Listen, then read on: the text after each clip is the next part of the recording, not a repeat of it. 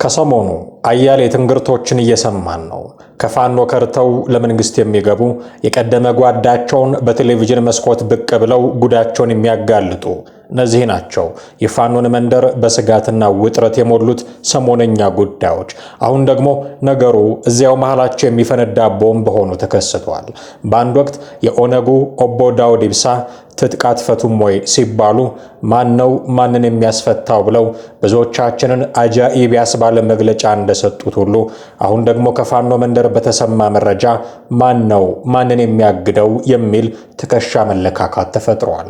ትግሉ የአማራ ሕዝብ ጠላቶች በሆኑት በወያኔና በሻዕቢያ እጅ እንዲወድቅ የሚደረገውን ሴራ በጽኑ በመቃወማችን አገድን የሚል ድራማ ሰሩብን እያለ ነው የፋኖው አመራር ኮማንደር ፍቅሩ ሙልዬ።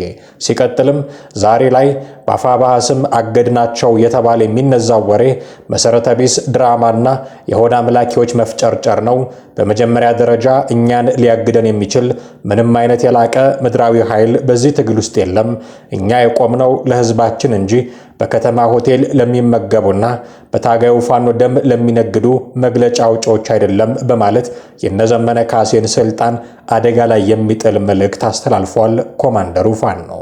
አያይዞም ታገዱ የተባልነው በስህተት ሳይሆን የሚከተሉትን የትግሉን መርገጫዎች በመቃወማችን ነው ይላል። ትግሉ የአማራ ሕዝብ ጠላቶች በሆኑት በወያኔና በሻዕቢያ እጅ እንዲወድቅ የሚደረገውን ሴራ በጽኑ በመቃወማችን ታሪካዊ ጠላቶቻችንን አጋር አናደርግም በማለታችንና በትግሉ ስም የህዝብ ንብረት ሲዘረፍ ዘርፊያውን ስላጋለጥን ጠሉን፣ ድርጅቱ ውስጥ የሰፈነውን ጎጠኝነትና የኔ ሰፈር ፋኖ የሚለውን ጠባብነት ተቃውመን አማራ አንድ ነው ብለን በጽናት በመቆማችን አገድን የሚል ድራማ ሰሩብን። አልታገድንም፣ ሊያግደን የሚችል ምድራዊ ኃይል የለም በማለትም ቆራጥ መልእክቱን አስተላልፏል። ይህ በእንዲህ እንዳለ በዚህ አይነት የመከፋፈል አደጋ ላይ ያለው ፋኖ ወሳኝ የሚባሉ ሰዎቹን በምርኮም በሞትም እያጣ መሆኑ ተሰምቷል። ተረኛው ሟች ደግሞ በቅርቡ ከመንግስት ጋር ተደራድሮ የሰላም ፊርማ ያኖረው የማስረሻ ሰጤ ታናሽ ወንድም ነው። ፋኖ አብርሃም ሰጤ።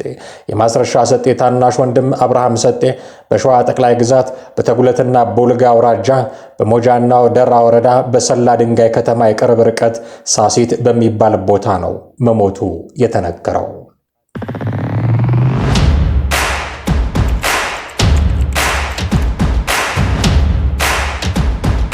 የጋምቤላ ፖሊስ ኮሚሽን በኋላ ለሚወሰደው እርምጃ ራሱና ራሱን ብቻ ኃላፊነት ይወስዳል የሚል ቆፍጠን ያለ መግለጫ አውጥቷል። የጋምቤላ ፖሊስ ኮሚሽን ለአድማ ብተናና ለክልሉ ፖሊስ አባላት በሙሉ ጥብቅ ማሳሰቢያ አስተላልፏል። ኮሚሽኑ በቅርቡ በክልሉ በተፈጠረው የጸጥታ ችግር ምክንያት ሁሉም የአድማ ብተናና የመደበኛ ፖሊስ አባላት የጦር መሳሪያ እንዲፈቱ ከክልሉ ኮማንድ ፖስት አቅጣጫ መቀመጡን አስታውሷል። በዚህም መሰረት ከጦር መሳሪያ ግምጃ ቤት ፈርመው ያወጡትን የጦር መሳሪያ ገቢ ያላደረጉ የአድማ ብተናና የመደበኛ ፖሊስ አባላት እስከ ጥር 7 ቀን 2018 ዓ.ም 11 ሰዓት ድረስ ገቢ እንዲያደርጉ በጥብቅ አሳስበዋል። ከተጠቀሰው ጊዜ በኋላ የጦር መሳሪያ በእጁ የተገኘ እንደ ጸረ ሰላም ተቆጥሮ መንግስት እርምጃ ይወስድበታል፣ ለዚህም ራሱና ራሱ ብቻ ኃላፊነቱን ይወስዳል ሲል አስጠንቅቋል።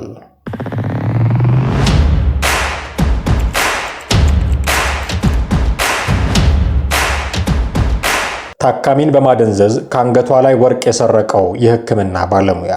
በኦሮሚያ ክልል ሰሜን ሸዋ ዞን ፍቼ ከተማ ነዋሪ የሆኑት ግለሰብ በተሰማቸው ህመም ምክንያት መስከረም 16 ቀን 2018 ዓ.ም ጠዋት 3 ሰዓት ላይ በፍቼ ከተማ ቡርቃ ጎራ ባጃጅ ተራ ወደሚገኘው የግል ሆስፒታል ያመራሉ። ግለሰቧ የደም ግፊት ምርመራ ለማድረግ የሄዱ ሲሆን በወቅቱ በክሊኒኩ ውስጥ በማገልገል ላይ የነበረ በሙያው ነርስ የሆነ ፈቃዱ እሸቱ የተባለ ግለሰብ ለምርመራ ወደ ምርመራ ክፍል አስገብቶ የመመርመሪያ አልጋ ላይ እንዳስተኛቸው የፍቼ ከተማ አስተዳደር ፖሊስ ጽሕፈት ቤት ኃላፊ ኢንስፔክተር ታምሩ ቶልቻ ገልጸዋል። የምርመራ አልጋ ላይ እንደተኙ የሕክምና ባለሙያው አልኮልና ሌሎች የሚያፈዙ መድኃኒቶችን አንገትና አፍንጫቸው አካባቢ በመቀባባት ራሳቸውን እንዲስቱ ካደረገ በኋላ ባለ 21 ካራት 5 ግራም የአንገት ሐብል ወርቅ ከአንገታቸው ላይ አውልቆ እንደወሰደም ተገልጿል።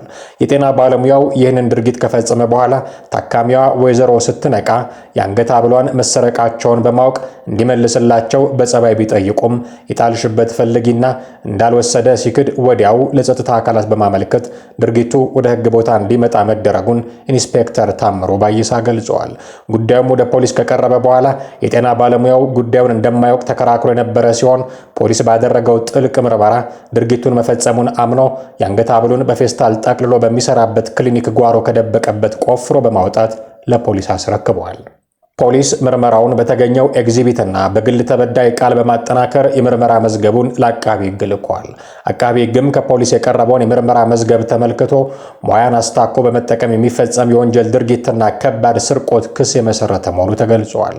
የአቃቢ ሕግ ክስን የተከታተለው የግራር ጃርሶ ወረዳ ፍርድ ቤት ጥር 5 ቀን 2018 ዓ.ም በዋለው ችሎት ተከሳሽ ፈቃዱ እሸቱ በ2 ዓመት ከ9 ወራት እስራት እንዲቀጣና የሙያ ፈቃዱም እንዲሰረዝ የተወሰነበት መሆኑን ኢንስፔክተር ታምሩ ባይሳ ጨምረው ገልጸዋል።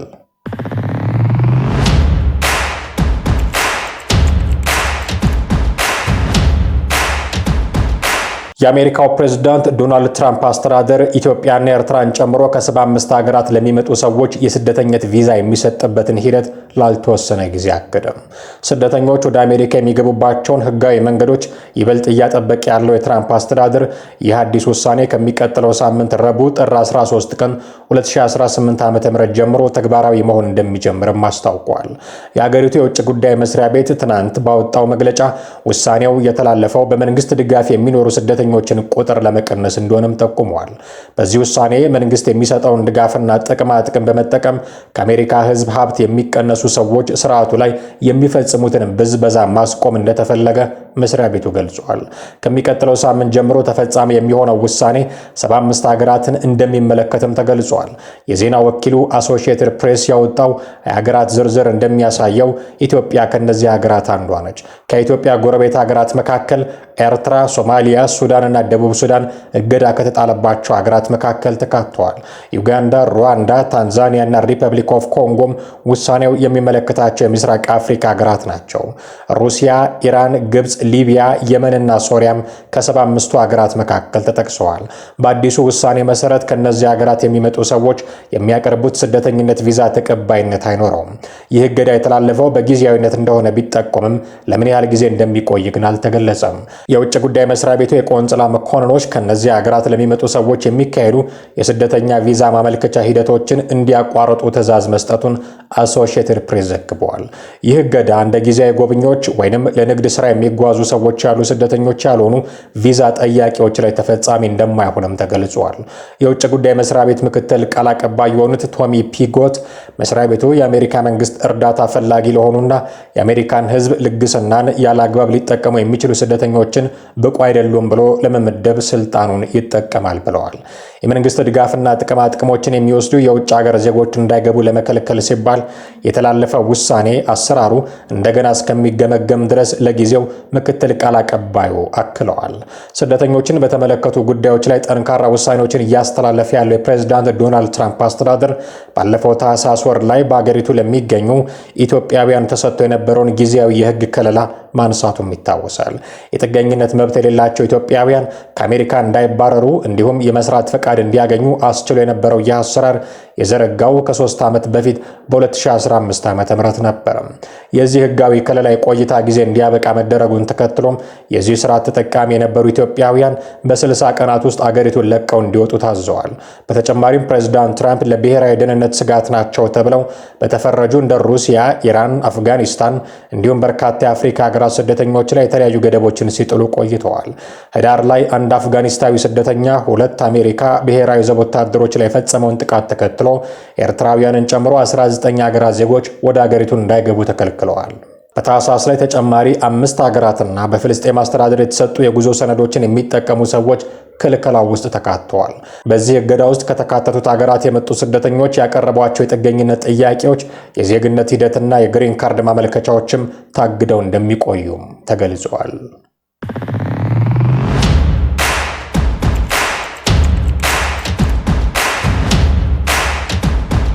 ኢራን የአየር ክልሏን ዘጋች። ጦሯ በተጠንቀቅ እንዲቆምም ታዟል። የኢራን መንግስት የኢራን የአየር ክልል ከማንኛውም በረራ ነፃ እንዲሆን አስቸኳይ ትዕዛዝ አስተላልፈዋል። በኢራን ተቃውሞ መቀስቀሱን ተከትሎ የኢራን መንግስት በወሰደው እርምጃ እስካሁን ከ2500 በላይ ዜጎች እንደተገደሉም ታውቋል። የአሜሪካ መንግስት በጉዳዩ ጣልቃ በመግባት በኢራን ላይ ጥቃት ለመሰንዘር ማቀዱ የተዘገበ ሲሆን አሜሪካ በኢራን ዙሪያ የሚገኙ የጦር ቤዞቿን እያጠናከረችና የአየርና የምድር ጦሯን እያጓጓዘች ትገኛለች። አሜሪካና እንግሊዝ በኢራን ጥቃት ሊደርስባቸው ይችላል በሚል በመካከለኛው ምስራቅ የሚገኙ የጦር ቤዞቻቸውን መሳሪያ በማጓጓዝ ባዶ በማድረግ ላይ ይገኛሉ። አሜሪካ ኢራንን የምትመታ ከሆነ ኢራን እስራኤልና በዙሪያ የሚገኙ የአሜሪካ የጦር ቤዞችን እመታለሁ ስትል አስጠንቅቃለች። ኢራን፣ አሜሪካ፣ እስራኤል በጣም አጣብቂኝ ነገር ውስጥ ገብተዋል። ምናልባትም በ72 ሰዓታት ውስጥ ጦርነቱ ሊፈነዳ ይችላልም ተብሏል። ለተቃውሞ ወጥተው በኢራን የጸጥታ ኃይሎች የተገደሉት ሰዎች ቁጥር ከ2500 ማለፉ ተሰምቷል። አሜሪካ ለጥቃት ተዘጋጅታለች። ኢራንም ለምላሹ በተጠንቀቅ ቆማለች። ነገሩ ከሯል። ኢራንን ለሳምንታት ያናወጠው ህዝባዊ አመፅ ወደ ከፍተኛ ደም መፋሰስ መሸጋገሩን ተከትሎ በህይወት የተለዩ ዜጎች ቁጥር ከ2500 በላይ ደርሷል። ይህ አሃዝ በኢራን ዘመናዊ ታሪክ ውስጥ ታይቶ የማይታወቅ እልቂት እየተመዘገበ መሆኑን የሚያሳይ ሲሆን ቁጥሩ ከዚህም ሊበልጥ እንደሚችል ስጋቶች አሉ። አሜሪካ አረብ ሀገራት የጦር ሰፈሮቿ ላይ የሚገኙ ወታደሮቿን እያስወጣች ትገኛለች። ይህም ለጦርነቱ እየተዘጋጀች መሆኗን ያረጋገጠ ሆኗል። አሜሪካ የኢራን ጥቃት ተጋላጭ የሆኑ የአረብ ሀገራት ጦር ሰፈሮቿን ባዶ እያደረገች ነው። ወደ ሌላ ቦታ በከባድ የጦር አውሮፕላኖችም እያጓጓዘች ትገኛለች። የአሜሪካ ኤምባሲ በሳውዲ አረቢያ የሚገኙ አሜሪካውያን ከፍተኛ ጥንቃቄ እንዲያደርጉም ትዕዛዝ አስተላልፈዋል። አሜሪካ በሳውዲ አረቢያ ግዙፍ የጦር ሰፈሮች ያሏት ሲሆን የአሜሪካ ጦር ከሳውዲ ተነስቶ በኢራን ላይ ጥቃት ሊፈጽም ይችላል። እናም ኢራን ባጸፋው በሳውዲ የሚገኙ የአሜሪካ ጦር ኢላማዎችን ትደበድባለች ተብሎም ተፈርቷል። እናም አሜሪካ በሳውዲ የሚገኙ ዜጎቿ ከፍተኛ ጥንቃቄ እንዲያደርጉም አሳስባለች። የኢራን ጦር በከፍተኛ ተጠንቀቅ ላይ ይገኛል። የኢራን ሚሳኤሎች ለጥቃት የተዘጋጁ ሲሆኑ የአየር ኃይሏ ለማጥቃትም ለመከላከልም እንዲዘጋጅ ትዕዛዝ ተሰጥቶታል። የኢራን ኢስላማዊ አብዮታዊ ዘብ IRGC እና የኢራን መከላከያ ሰራዊትም የጦርነቱን ፊሽካ እንዲጠባበቁ ትዕዛዝ ተሰጥቷቸዋል። እስራኤል የአየር መከላከያዋን በየከተማው የተከለች ነው። በኢየሩሳሌም፣ ሃይፋ፣ ቴልአቪቭ፣ ቤርሼባ፣ ዌስት ባንክ በአጠቃላይ ከኢራን ሚሳኤሎች ይከላከሉኛል ያለቻቸውን ጸረ ሚሳኤሎችን እየተከለች ለጦርነቱ እየተዘጋጀች ትገኛለች። የጀርመኑ ሉፍታንዛ አየር መንገድን ጨምሮ የተለያዩ አየር መንገዶችም ወደ እስራኤል የሚያደርጉትን በረራ እያቋረጡ ይገኛሉ።